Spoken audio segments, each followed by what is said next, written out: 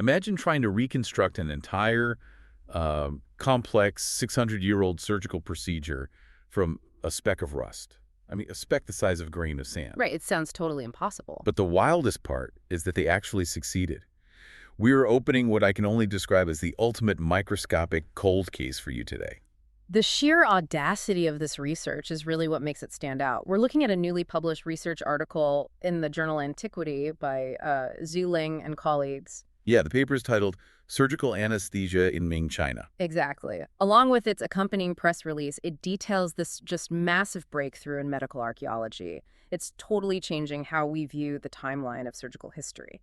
So the mission for today's deep dive is to explore how modern scientists used, like, cutting-edge laser technology to find the first direct chemical evidence of highly toxic anesthetics. And they found this on 600-year-old surgical tools. Right, effectively proving that our ancestors knew exactly how to perform pain-free surgery safely, centuries before modern Western medicine figured it out. To really understand this breakthrough, we first need to set the scene for you and look at the physical instruments that actually survived all those centuries underground. Yeah, this story really begins with an excavation back in 1974, right? Yep. Over in Jiangyin, China. That's right. Archaeologists uncovered the tomb of an early Ming dynasty physician named Xia Quan. He lived from 1348 to 1411 CE. Okay. And among the artifacts buried with him were his surgical tools. Specifically, we're talking about metal scissors and tweezers.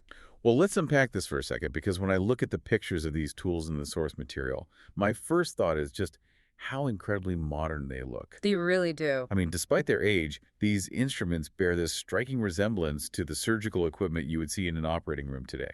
The physical design is remarkably sophisticated. The scissors found in Xia Quan's tomb look, well, almost exactly like modern straight operating scissors. And those are used for what, usually? Today, those are typically used for precise superficial tissue cutting. Trimming away dead skin or opening a localized area. But the tweezers are even more revealing. Oh, totally. They closely resemble what modern surgeons call Alice tissue forceps. They have these inward curved, serrated tips. So they aren't just flat, like, normal bathroom tweezers. They have teeth that interlock. They do. And that specific curve and serration are designed for gripping soft tissue securely without completely crushing the cells. If a physician is doing delicate work on living tissue, they need to hold it firmly but safely. The fact that a 14th century physician had this specific tool implies they were doing complex tissue work, not just like basic first aid. Form follows function, even 600 years ago. But what really caught my eye in the research wasn't just the shape of the tools, but what they were made of. Yeah, the researchers conducted an elemental analysis of these tools and found something unexpected. They average about 97.1% iron. That is just wild to me. Right, alongside trace elements like lead, cobalt, and copper. But wait, 97.1% pure iron. That seems incredibly high for the 1300s. How were they achieving that level of purity, centuries before the Industrial Revolution? It reflects a massive dual state and private iron smelting boom that happened during the Ming era. The Ming dynasty had basically reached a global peak in metallurgy. Okay, so it was a huge industry. Absolutely. For context, the famous Zunhua ironworks were established in 1403, which is right around the time Xia Quan was practicing medicine. We are talking about massive state infrastructure. Employing thousands of workers, I imagine. Exactly, coupled with thriving private enterprises. This scale allowed craftsmen to utilize really mature techniques, things like advanced casting, forging, and hammering to produce diverse, highly refined tools. So they were achieving temperatures and refining processes that were cutting edge for the era. They really were. Okay, but I have a question here. Maybe this is just my modern bias showing. Sure. If these tools are 97% iron, wouldn't they rust terribly in the human environment of the human body? I mean, human bodily fluids are practically salt water. That's a great point. Why didn't they use something else, like the stainless steel we use today? Well, we have to step back and look at the broader picture of historical medical knowledge. Ming physicians didn't fully understand microscopic asepsis. Meaning like germs and bacteria. Right, the modern concept of preventing infection from bacteria or the exact biological risks posed by rust in a wound. Furthermore, they simply didn't have access to elements like chromium and nickel, which you need to alloy with iron to make modern stainless steel. Ah, gotcha. But they valued iron for very practical mechanical reasons. It was cheap, it was abundant, and crucially, it was incredibly hard.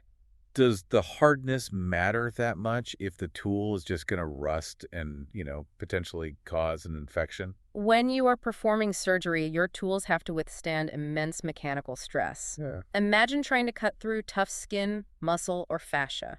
Okay, yeah, that makes sense. If a surgical tool bends, dulls quickly, or worse, fractures while it's inside a patient, that is a catastrophic failure. High-purity iron gave them the structural integrity they needed. So they could perform precise actions without the tool deforming under pressure. Exactly. The risk of rust was simply a trade-off they were either willing to make or perhaps just didn't fully recognize as an infection vector compared to the immediate need for a reliable, sharp instrument. Okay, so if they were willing to let these iron tools be exposed to blood and fluids, that means they definitely rusted over the centuries underground. Oh, heavily. Which brings us to the massive problem the modern researchers faced. How do you figure out what chemicals a surgeon used when all you have left is centuries-old rust that you, aren't even allowed to destroy? Yeah, the researchers had to adhere to strict cultural protection laws, specifically Article 29 of the Law of the People's Republic of China on the protection of cultural relics. You can't just take a priceless 600-year-old artifact and grind it up in a lab. Right, you can't dissolve it to see what chemicals wash off. So they had to do a minimally destructive micro-extraction. But where exactly do you even look on a rusty pair of 600-year-old scissors to find leftover medicine? You look for the places where fluids would naturally pool and be protected from environmental wear. The researchers targeted the hard-to-clean areas of the tools. Like where? Like the back of the overlapping tongs on the scissors and the inner crevices near the handles of the tweezers. They meticulously scraped off a sample of bright red rust. And the size of this sample is what blows my mind. The researchers reported they extracted just a 2 milligram sample. Just 2 milligrams. 2 milligrams. That is basically a speck of dust. It's smaller than a single grain of coarse sand. And that tiny sample size immediately created a massive analytical roadblock. It ruled out conventional techniques used in archaeology. Like what? What do they usually use? Usually, if scientists want to identify ancient organic residues, they use a process like gas chromatography. But gas chromatography generally requires a much larger sample to get a clear, readable result. So if they tried it on this 2 milligram speck, they just wouldn't get enough data. Exactly. They had this tiny speck of red rust, but no standard archaeological way to look inside it. Until they brought in the lasers. The lasers changed everything. Specifically, a technique called stimulated Raman scattering microscopic imaging, or SRS for short. Now, I was trying to wrap my head around how this works because the physics of it are pretty dense. It's very complex, yeah. I think I've got an analogy that makes sense of it, though. Tell me if this tracks. Let's compare SRS to putting noise-canceling headphones on a microscope. Okay, let's hear it.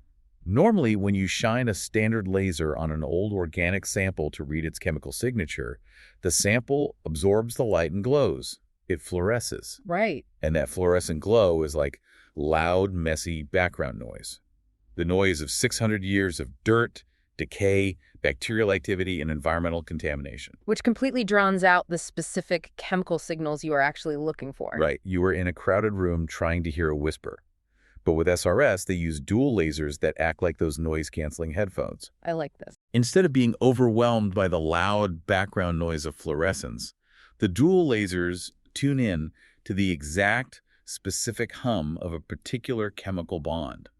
They only amplify the signal they want to hear, ignoring everything else. That is a highly effective way to visualize it. To look at the mechanism behind those headphones, conventional spontaneous micro-Raman spectroscopy gets completely blinded by that background fluorescence. Right, the loud noise. But SRS relies on the interaction of two different laser beams operating simultaneously, a pump beam and a Stokes beam. So what do those two beams actually do to the rust? Think of a chemical bond between two atoms as a spring.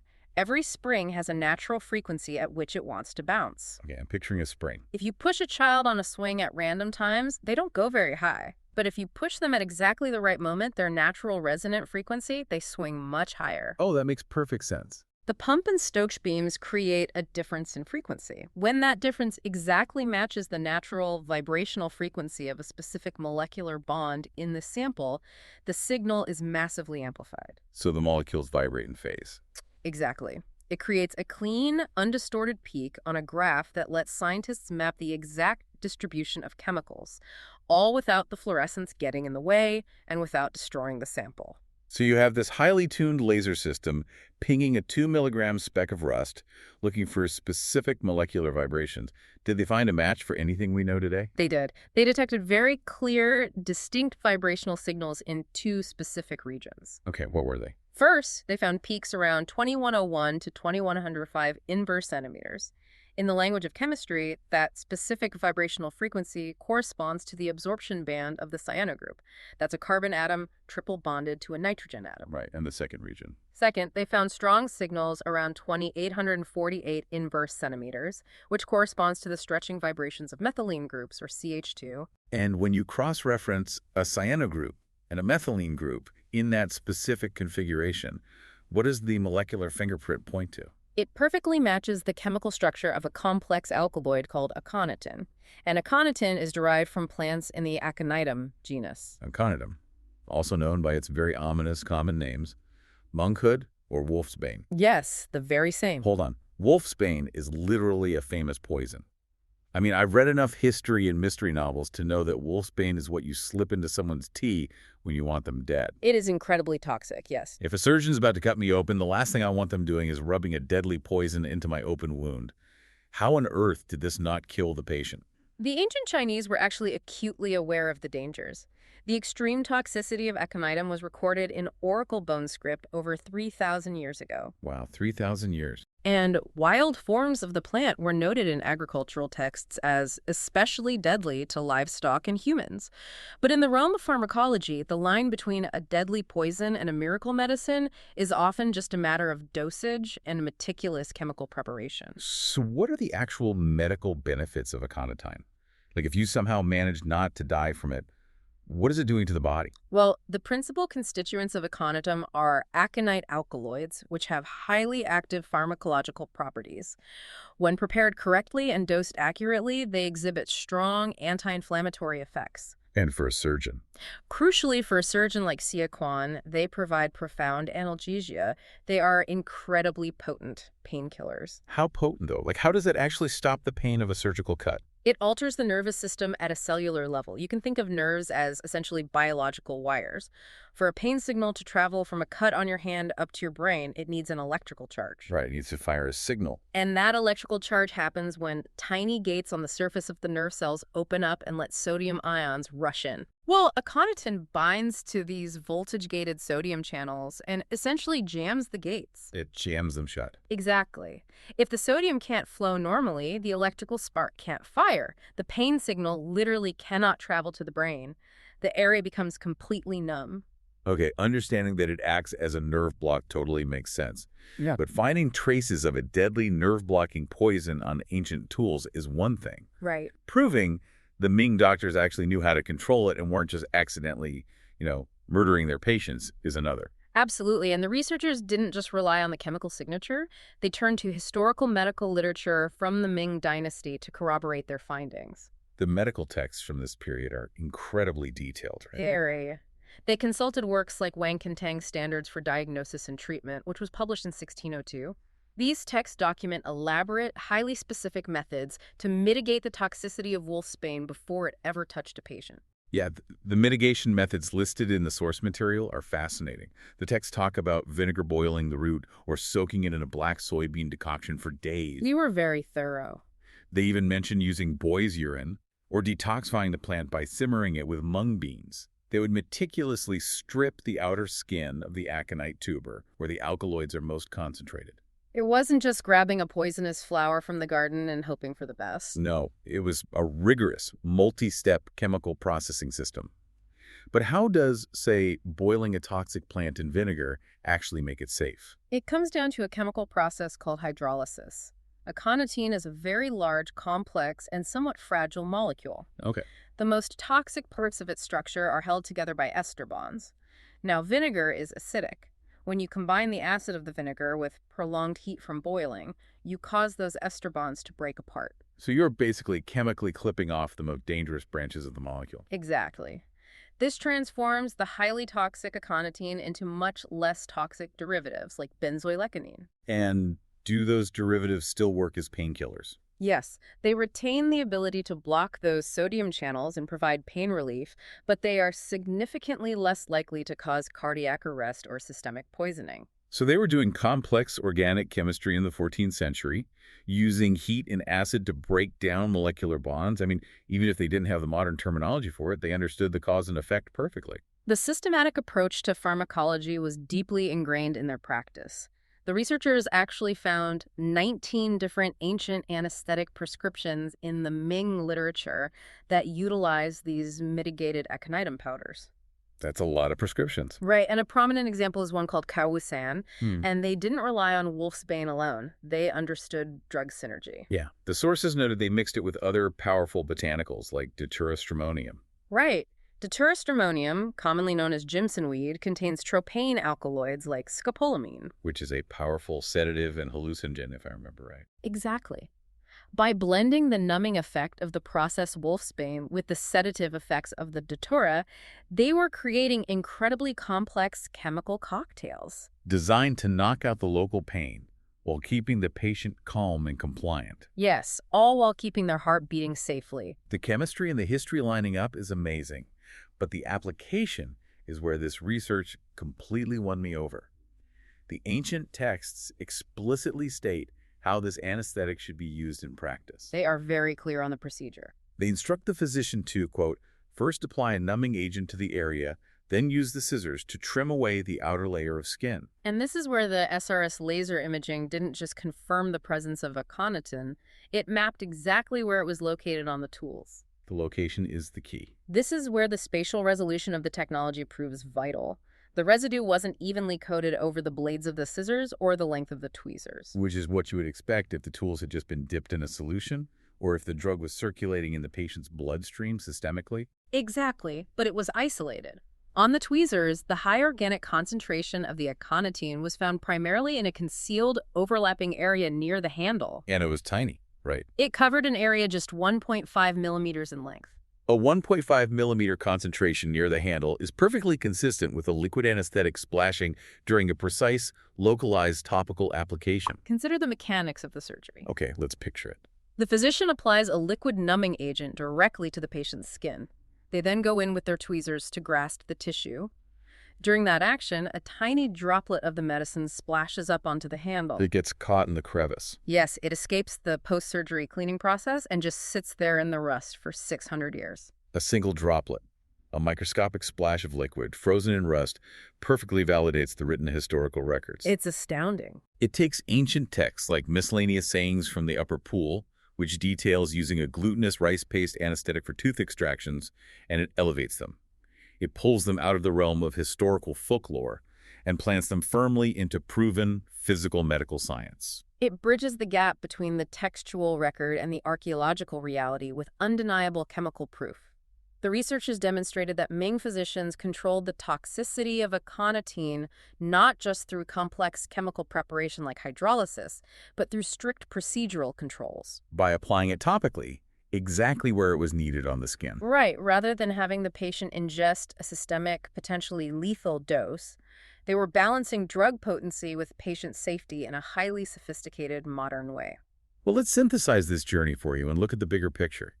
We've seen how the high-purity iron of the Ming Dynasty, born from this massive industrial boom that provided craftsmen with unprecedented materials, met the botanical mastery of 14th century physicians who knew how to chemically disarm a deadly poison. A perfect storm of advancements. And it took 21st century laser technology, tuning into the exact molecular hum of a chemical bond, to finally read the traces of their medicine. It requires a profound intersection of disciplines to uncover a truth like this. History, metallurgy, pharmacology, and advanced photonics all had to come together. Just to solve a 600-year-old mystery that was hiding in plain sight on a 2-milligram speck of rust. It challenges a very modern bias we often carry. There's a tendency to think that advanced, safe surgical pain management is purely a recent Western invention. Oh, definitely.